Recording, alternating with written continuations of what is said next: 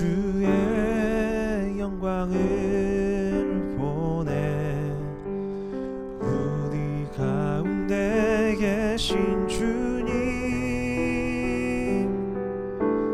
그 빛난 영광 온 하늘 덮고 그 찬송 온 땅 가득해.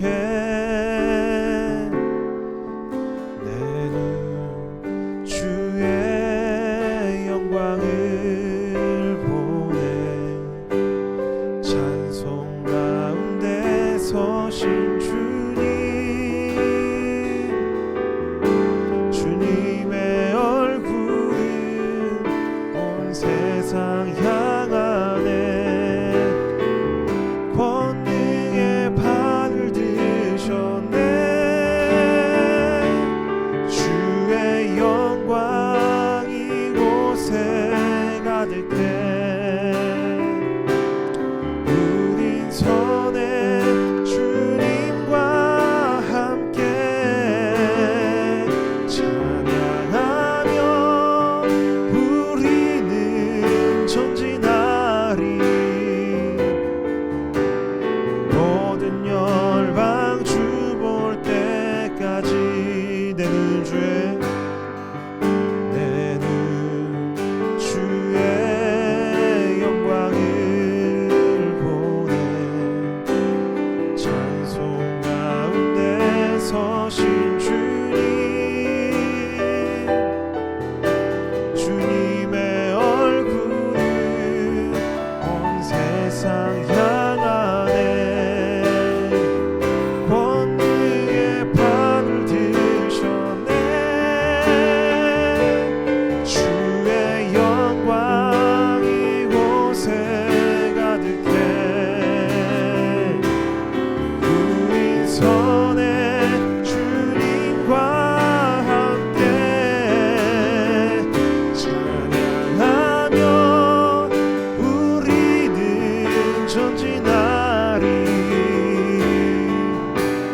모든 열방 주 볼 때까지. 주의 영광 이곳에 가득해.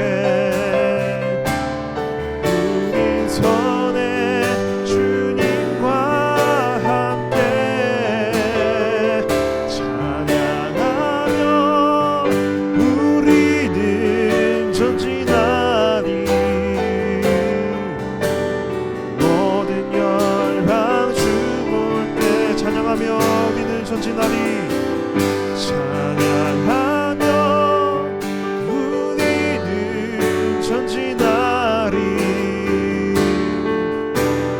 모든 열방 주 볼 때까지.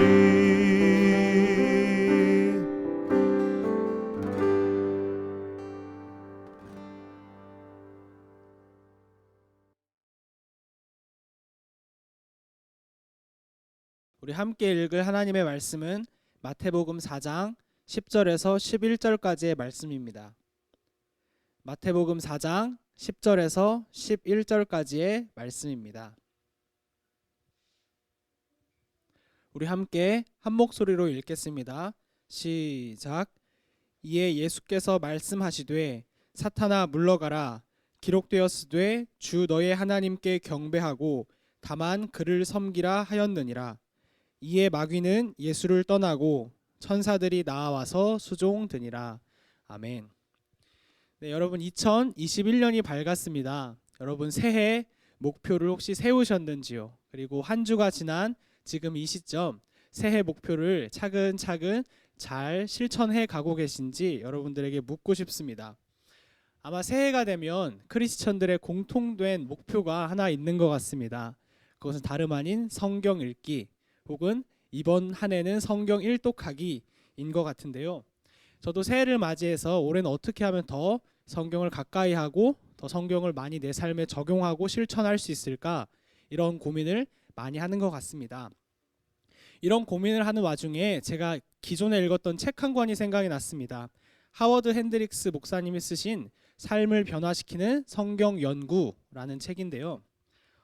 그 책은 우리가 어떻게 하면 성경 연구를 잘할 수 있을까? 어떻게 하면 잘 읽을 수 있을까에 대한 이런 질문에 대한 답을 해주는 책입니다. 그 중에 하나를 여러분들에게 같이 나누고 싶습니다. 성경을 마치 처음 보는 것처럼 읽으십시오. 또 이렇게 이야기합니다. 친숙함은 무지를 만들어낸다. 성경 읽기를 만드는 주요한 원인, 성경 읽기를 어렵게 만드는 주된 요인을 이미 알고 있는 말씀이네, 이미 나 이 말씀을 잘 알고 있어 라는 태도라고 합니다. 그런 태도를 가지고 읽으면 오히려 그런 친숙함을 가지고 읽으면 오히려 더 무지해진다, 더 모르게 된다 라고 이야기하고 있는 거죠. 여러분들은 어떻습니까? 성경을 대하는 태도, 성경을 대하는 자세, 여러분들은 어떻습니까? 두 가지가 있는 것 같은데, 하나는 난 이 말씀을 이미 잘 알고 있어, 이 말씀을 모두 알고 있어 라는 태도를 가지면서 오히려 더 무지해지는, 더 어렵게 되는 그런 자세가 있는 것 같고, 또 하나는 오늘은 어떤 말씀을 하나님 깨닫게 하실까, 오늘 어떤 말씀을 새롭게 내 마음에 주실까, 이미 읽었던 말씀이고 이미 오래전부터 들었던 말씀이지만 새로운 깨달음에 대한 기대감, 또 설레임을 가지는 태도, 이 두 가지 중에 어떤 태도로 여러분들 성경을 읽으시는지 질문하고 싶습니다. 그리고 이번 한 주 동안 또 말씀을 묵상하면서 저에게도 이런 질문을 스스로 던졌습니다. 그래서 저는 새로운 마음가짐으로 또 이 본문 말씀을 새로 대하는 태도로 마치 처음 읽는 것처럼 읽으면서 제가 성경 속에서 발견한 하나님의 진리를 여러분들과 함께 나누려고 합니다. 오늘의 본문은 예수님께서 성령에게 이끌리셔서 광야로 가시고 또 사탄에게 시험을 받으시는 그 이야기, 그 사건입니다. 항상 본문을 읽을 때 이 본문 말씀, 주일학교 때부터 기억했던 떡뛰절, 떡으로 하고 또 뛰어내리고 절하고, 그 딱 세 가지 질문, 세 가지 사건만 기억하고 외우고 포커스가 맞춰져 있었습니다. 그런데 처음 읽는 태도로 읽으니까 이 직전에 있었던 사건이 제 눈에 들어왔습니다. 예수님이 사탄에게 시험을 받기 전 아주 중요한 사건이 하나 나오는데요. 마태복음 3장 17절에 나온 이야기입니다. 제가 읽겠습니다. 하늘로부터 소리가 있어 말씀하시되 이는 내 사랑하는 아들이요 내 기뻐하는 자라 하시니라. 이는 내 사랑하는 아들이요 내 기뻐하는 자라 하시니라. 예수님이 시험을 받기 직전에 하나님께서는 예수님이 누구인지 분명하게 밝히시고 분명하게 선언하십니다. 지금 사탄에게 시험을 받고 있는 이 사람, 그 사람이 바로 누구인지 우리는 직전 본문을 통해 알 수 있는 것입니다. This is my son whom I love. 내가 사랑하는 나의 아들. 이 사람은 나의 아들이다. 하나님은 이 본문에 나오는 직전 말씀에서 선언하고 계십니다. 이걸 이해하고 우리 사탄이 예수님에게 던진 질문을 다시 생각해 봤으면 좋겠습니다. 당신이 만약 하나님의 아들이시라면 이것을 내게 보이십시오. 이 질문을 다시 한번 읽으면서 상당히 무례하다 혹은 선을 넘는 질문이다 라는 생각을 새롭게 해보게 됐습니다. 그 시험하다의 헬라어 원어는 이런 뜻을 가지고 있습니다. 진짜인지 가짜인지 확인해보다, 증명하다 또는 자세히 조사하다 라는 뜻을 가지고 있는데요. 사탄의 논리는 이렇습니다. 당신이 무엇을 해서 당신이 하나님의 아들이심을 증명해 보이십시오. 내가 진짜인지 가짜인지 확인해 보겠습니다. 자세히 조사해 보겠습니다. 라고 이야기하고 있는 것입니다. 이 본문을 읽으면서 새롭게 제가 알게 된 깨달음이 있습니다. 예수님이 하나님의 아들이라는 사실은 조건부로 증명될 일이 아니라는 사실입니다. 예수가 하나님의 아들이시다. 이것은 그 자체로 확실한 사실이며 진리입니다. 예수님이 하나님의 아들이시라는 사실은 조건이 필요 없는 완벽한 진리라는 것이죠.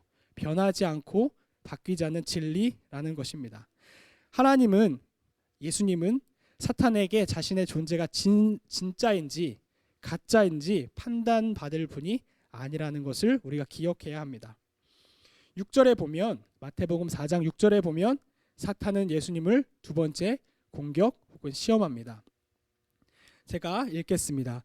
이르되 내가 만약 하나님의 아들이거든 뛰어내리라. 기록되었으되 그가 너를 위하여 그의 사자들을 명하시리니 그들이 손으로 너를 받들어 발이 돌에 부딪히지 않게 하리로다 하였느니라. 이번에 사탄은 예수님을 성전 꼭대기로 데려갑니다. 그리고 예수님은 이렇게 이야기하시죠. 주 너의 하나님을 시험하지 말라. 예수님은 선언하십니다. 자신이 하나님의 아들일 뿐만 아니라 그 자신이 하나님이심을 분명하게 선언하고 계십니다. 그리고 이어 세 번째 사탄의 공격이 나옵니다. 8절과 9절에 나오는데요. 제가 다시 한번 읽겠습니다. 마귀가 또 그를 데리고 지극히 높은 산으로 가서 천하 만국과 그 영광을 보여 이르되 만일 내게 엎드려 경배하면 이 모든 것을 내게 주리라. 여러분, 여기서 천하 만국과 그 영광에 우리가 집중해서 생각해 봤으면 좋겠습니다. 사탄은 예수님께 그것을 보여주고 있습니다. 그런데 생각해 볼까요? 천하 만국과 그 영광, 그 애초에 그것이 누구의 것입니까? 그것이 애초에 누구에게 영광 돌려져야 하는 것입니까? 그것이 누구의 소유입니까? 사탄은 자신의 것이 아님에도 불구하고 자신의 것처럼 행사하고 사탄이 마치 예수님에게 주는 것처럼 줄 수 있는 것 마냥 이야기하고 있다는 것입니다. 여기서 우리는 사탄의 전략을 알 수 있습니다.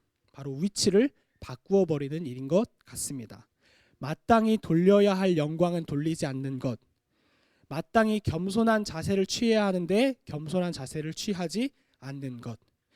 예수님이 어떤 분인지도 알고 있었고 예수님의 존재나 사역도 알고 있습니다. 마땅히 영광 돌려야 함에도 불구하고 마치 그 모든 것들이 자기의 것인 것 마냥 예수님을 시험하고 있다는 것입니다. 사탄이 아담과 하와에게 했던 말을 한번 생각해 봤으면 좋겠습니다. 네가 하나님처럼 될 수 있어. 혹은 네가 이것을 먹으면 하나님처럼 될까 봐 라고 이야기를 했죠. 아담과 하와, 사람은 겸손하게 행동하고 또한 자신의 창조주인 하나님을 기억하며 겸손한 자세를 취함에도 불구하고 겸손의 자리, 그 자리가 아니라 스스로 영광을 취하는 자리, 그 자리로 올라가라, 높아져라 이렇게 유혹하고 있는 것을 우리가 알 수 있다는 것입니다. 마땅히 돌려야 할 영광을 돌리지 않는 것, 겸손해야 함에도 불구하고 겸손하지 않는 것, 이것이 사탄이 우리에게 공격하는 사탄의 주요 공격 방법이라는 것입니다. 오늘 이 말씀을 정리하고 우리의 삶에 적용하려고 합니다. 여러분들이 그리고 제가 하나님께 이런 질문을 하지는 않는지요. 하나님, 당신이 하나님이 정말 맞으시면 내게 이것을 좀 보여주세요. 당신이 진짜 하나님이십니까? 이런 질문을 하고 있지는 않습니까? 여러분, 예수님은 하나님의 아들이시며 동시에 하나님이십니다. 이 진리는 어떤 조건으로 증명되거나 입증될 사실도 아닙니다. 하나님의 존재를 입증해달라는 핑계로 나의 혹은 우리의 욕심을 채우고 있지는 않는지 한번 돌아보았으면 좋겠습니다.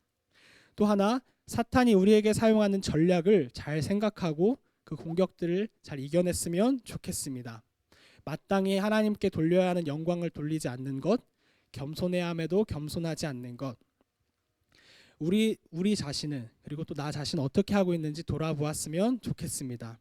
오늘 내 삶에 일어나는 크고 작은 일들, 그 가운데 이것이 하나님이 내게 주신 거라는 하나님에 대한 분명한 인식, 이것이 하나님께서 내게 주신 것에 대한 감사의 고백, 그리고 내가 하나님께 올려드려야 할 기도, 그리고 겸손한 자세, 그것들을 우리가 하나님께 올려드리고 하나님을 영광 돌리는 그런 삶이 되었으면 좋겠습니다. 이 사실을 기억하고 우리가 하나님께 더 가까이 나아가고 또한 하나님의 말씀을 더욱 친밀한 태도로 그리고 새롭게 하나님께 나아가는 올 한 해 그런 여러분들의 삶이 되었으면 좋겠습니다. 같이 기도하겠습니다.